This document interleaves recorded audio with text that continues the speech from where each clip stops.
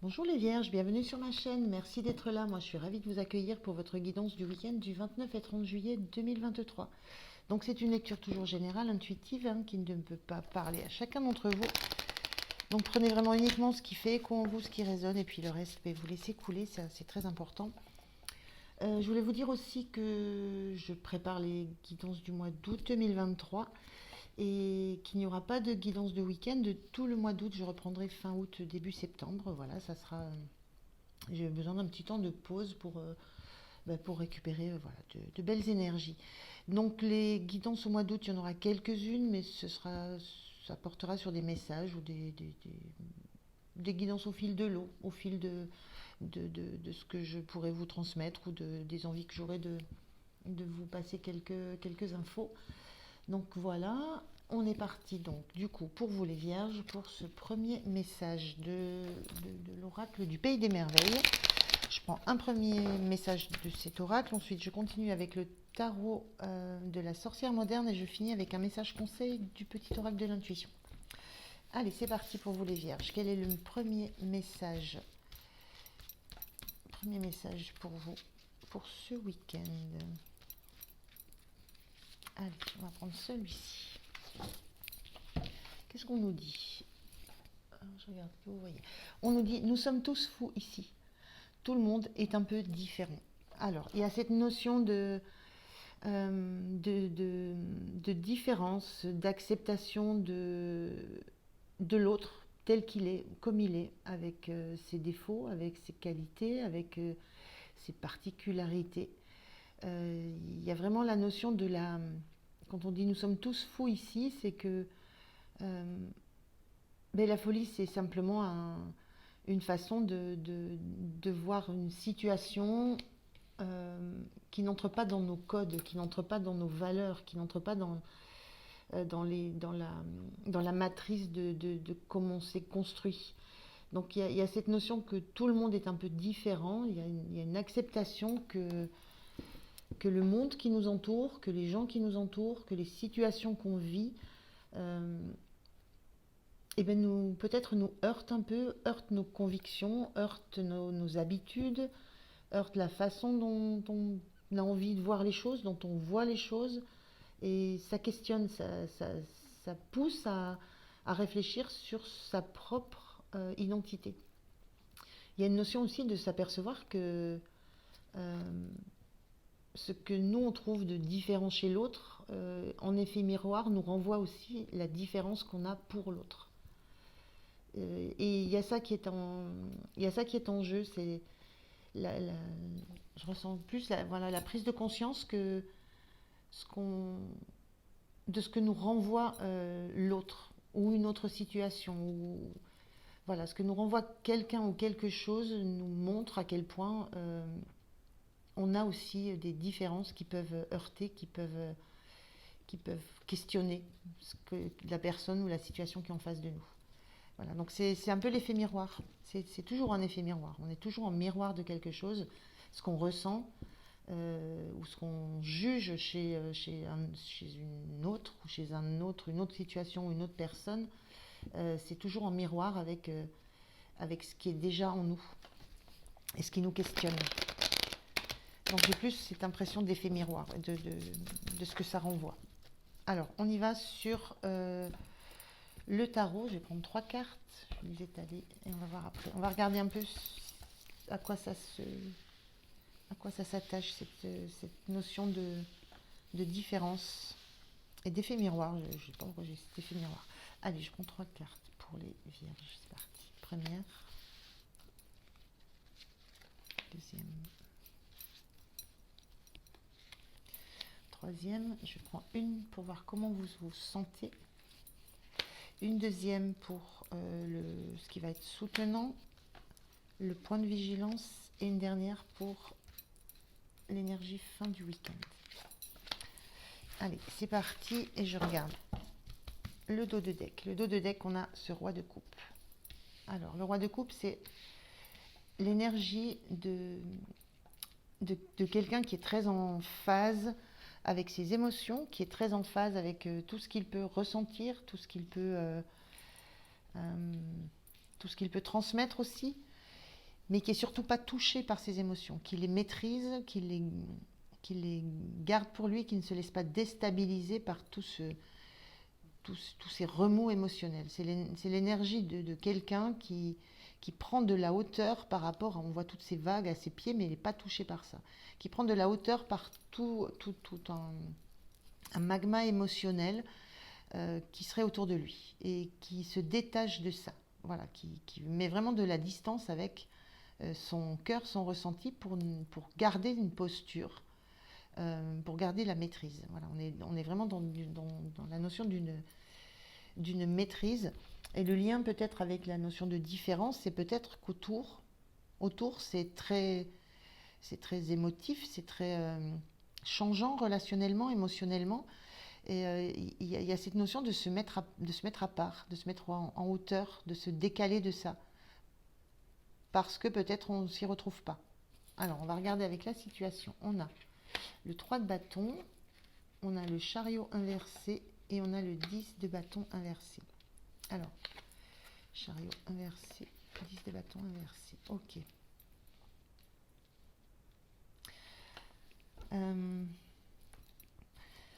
3 de bâton, c'est l'envie de prendre un nouveau départ. C'est la sensation de se sentir prêt à une nouvelle action. Un nouveau départ dans quoi que ce soit. Ça peut être un nouveau départ dans une relation, ça peut être un nouveau départ dans une situation, un nouveau départ dans un travail. C'est l'idée d'être prêt à, à toutes les opportunités qui pourraient se présenter, d'avoir fait le travail préalable nécessaire et d'être fin prêt pour pouvoir se lancer, pour pouvoir entamer un nouveau parcours, entamer quelque chose de nouveau. Il y a cette sensation-là d'avoir envie de ça et en même temps de ne pas savoir comment démarrer. Voilà, ce chariot-là, il est à l'endroit, il est prêt à démarrer. Là, c'est deux sphinx, noir-blanc, c'est les deux directions qu'on peut prendre, c'est les deux voies qu'on va essayer de tenir. Il y a cette sensation-là de ne pas savoir comment démarrer, de ne pas savoir de quel côté, comment s'orienter, de ne pas savoir quelle voie choisir, quel chemin prendre. Il y a une notion de se sentir à l'arrêt, peut-être de manquer d'une certaine détermination, parce que ce chariot à l'endroit, c'est la détermination, on sait où on veut aller, on va maîtriser ses chevaux, on va maîtriser sa bécane. Et là, la carte inversée montre qu'on est vraiment dans l'indécision et on a la notion d'avoir cette envie de renouveau, de quelque chose qui a été préparé, où on se sent prêt, mais d'une certaine façon complètement bloqué parce qu'on ne sait pas si on va aller à droite, si on va aller à gauche, quelle action on va mettre en place pour pouvoir enfin se lancer. Et cette sensation de 10 de bâton donc, qui était inversée, on sent qu'on n'est pas au bout de ses peines. Voilà. Le 10 de bâton à l'endroit, on arrive à une fin de cycle et puis il y a une notion d'épuisement et on sait qu'on arrive au bout et qu'on ne va pas faire plus, on ne va pas avoir plus de responsabilités, on ne va pas avoir plus de charges, on va pas charger, comme on dit, on va pas plus charger la mule, mais là elle est inversée cette énergie et il y a vraiment cette sensation que vous savez que vous n'êtes pas au bout de vos peines, pas au bout de vos efforts, voilà, qu'il y a encore des choses à travailler, il y a encore beaucoup de choses qui peuvent vous tomber sur le dos avant de pouvoir enfin démarrer quelque chose, redémarrer une nouvelle activité, redémarrer une nouvelle relation, redémarrer quelque chose que vous avez préparé. Il y a une attente là, il y a vraiment une attente dans cette carte de quelque chose qui se présenterait à vous. Donc il y a peut-être aussi une notion ici d'être un peu passif par rapport à ce qui peut se passer.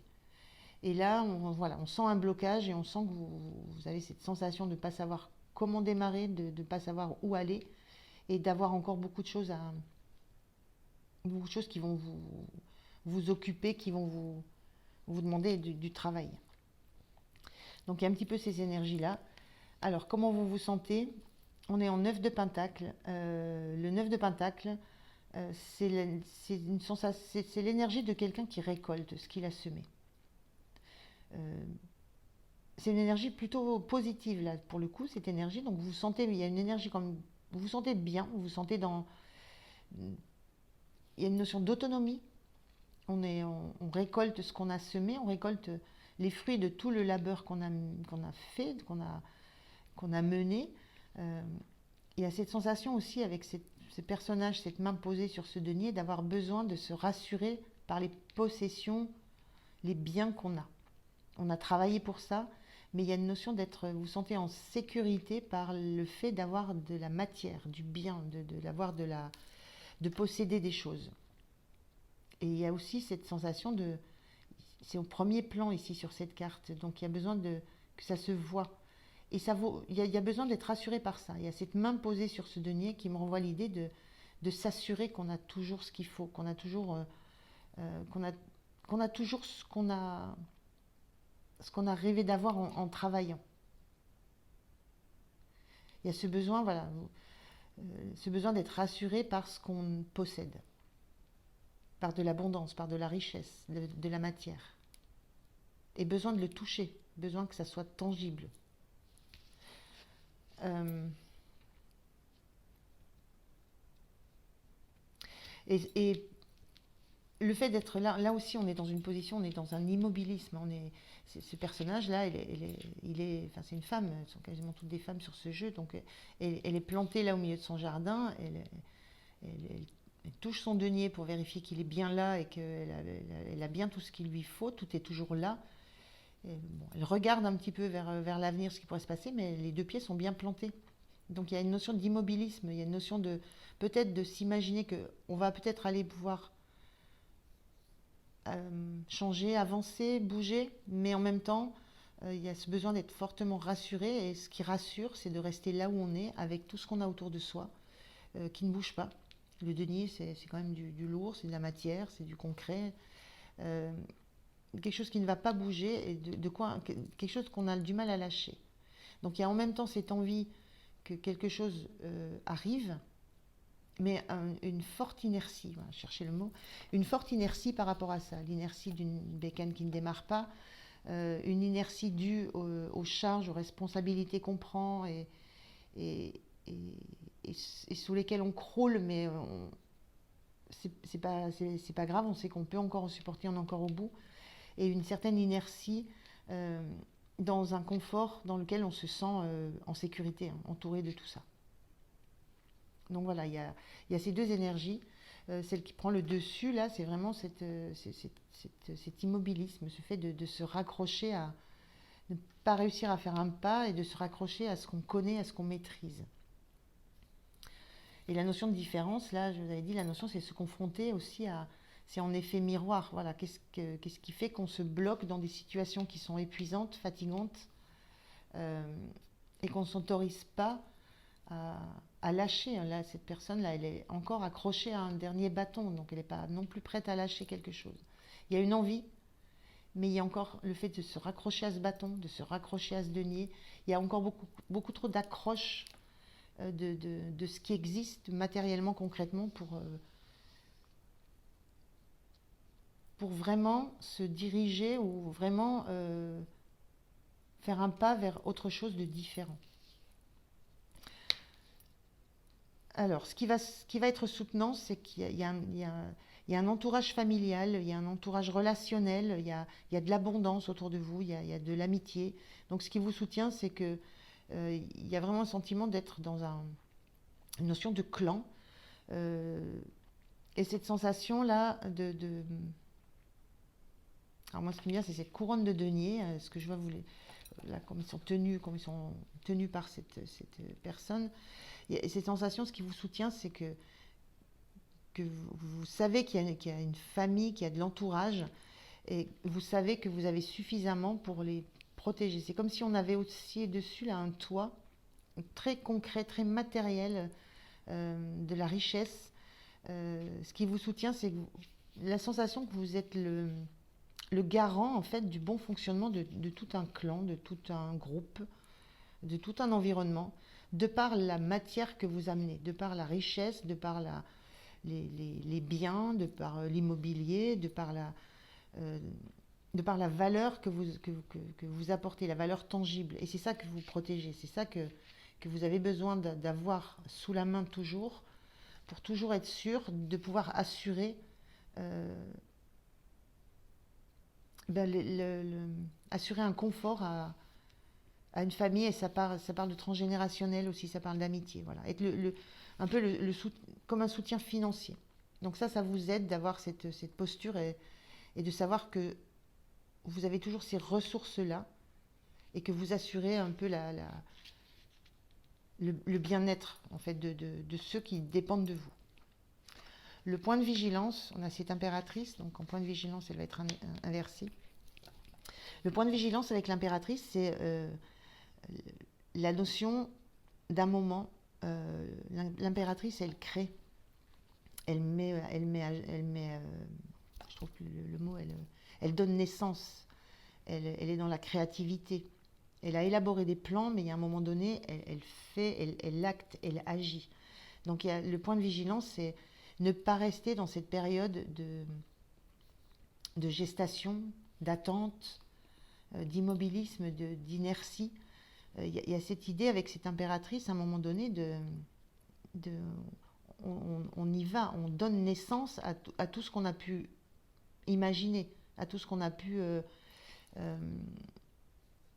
laisser en gestation. Il y a un moment, il y a cette notion de il faut que ça prenne vie. Voilà. Donc le point de vigilance, c'est ne pas rester dans un état gestationnel, j'avais envie de dire, dans un état où on en accepte de plus en plus parce qu'on supporte encore et encore, et dans un état où on ne se donne pas les moyens de franchir un cap, de démarrer quelque chose de nouveau. Donc c'est ce point de vigilance-là. Et l'énergie de fin de week-end, on a la folle. Donc l'énergie d'oser enfin se lancer dans l'inconnu, de quitter un peu, de tourner le dos un peu à une zone de confort et d'aller faire un pas vers quelque chose qui va être inconnu. On a... c'est pas du tout les mêmes énergies. Hein. Là, on est prêt, ou presque prêt, parce qu'on est encore en train d'agripper un bâton, on est encore en train d'agripper la poignée d'une porte de maison, enfin on est encore accroché à quelque chose d'ancien, et on attend l'opportunité. Après, est-ce qu'on lâchera le bâton, est-ce qu'on ira, la question est posée. Le fou en fin de week-end, ça parle de laisser libre cours un peu à sa folie, justement. On est tous fous ici. C'est cette notion d'être fou, c'est oser enjamber ce morceau de rocher, se lancer dans l'inconnu, dans le vide, oser affronter le vide. Et il y a une notion là où c'est très lourd, hein, c'est très chargé ces cartes-là. Il y a cette notion, fin de week-end, où il y a cette envie d'oser affronter le vide, de se détourner un peu de ce qui peut être confortable et de retrouver une certaine légèreté. Donc c'est plutôt positif. Alors, on va prendre un dernier petit conseil. Un conseil du petit oracle de l'intuition. Un conseil pour vous les vierges. Le voilà. Alors, qu'est-ce qu'on vous dit? Chamane. Laisse la femme médecine s'éveiller en toi. Tes dons innés de visionnaire et de guérisseur ou guérisseuse s'activent au quotidien pour réaliser le but de ta venue sur Terre. Donc il y a quelque chose à laisser s'éveiller en vous, il y a quelque chose à laisser déborder. On vous parle de vision, de voir les choses, notion de guérisseur aussi, il y a une notion peut-être de vous guérir vous-même de ce besoin d'être complètement accroché aussi à des choses que vous maîtrisez. Donc il y a cette notion. J'en reprends un deuxième. Je fais comme les Verseaux, j'en ai pris deux. Un deuxième message pour les Vierges, s'il vous plaît.